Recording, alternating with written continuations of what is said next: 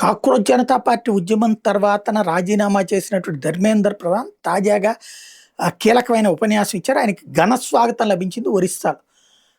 అక్కడ బీజేడీ వాళ్ళు ఆయన్ని వ్యతిరేకంగా గొడవ చేయాలని చూసినా కూడా బీజేపీ అదే బీజేపీ వాళ్ళు అడ్డుకున్న సందర్భం. ఈ సందర్భంగా ఒక అద్భుతమైన స్పీచ్ ఇచ్చుకొచ్చారు. ఏదైతే ఆందోళనలు నీట్ పేపర్ లీక్ వ్యవహారం మీద జరిగిన ఆందోళనలో జంజీని కొందరు తప్పుదో పట్టించేందుకు ప్రయత్నించారని ఆరోపించారు. ఈ నేపథ్యంలో కేంద్ర మంత్రి పదవికి రాజీనామా చేశారని చెప్పారు.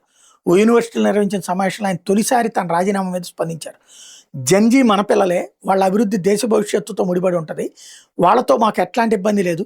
గత 10 ఏళ్లలో 20 కోట్ల మంది పిల్లలు పుట్టారు, వాళ్ళు భారత్ని విశ్వగురుగా నిలబెడతారు, వాళ్ళకంటే మంత్రి పదవి నాకేం ముఖ్యమైనది కాదు, ప్రధానమంత్రి నరేంద్ర మోడీ కలిసి నేనే రాజీనామా చేసేందుకు ముందుకు వచ్చాను అన్నటువంటి విషయాన్ని చెప్పుకొచ్చారు.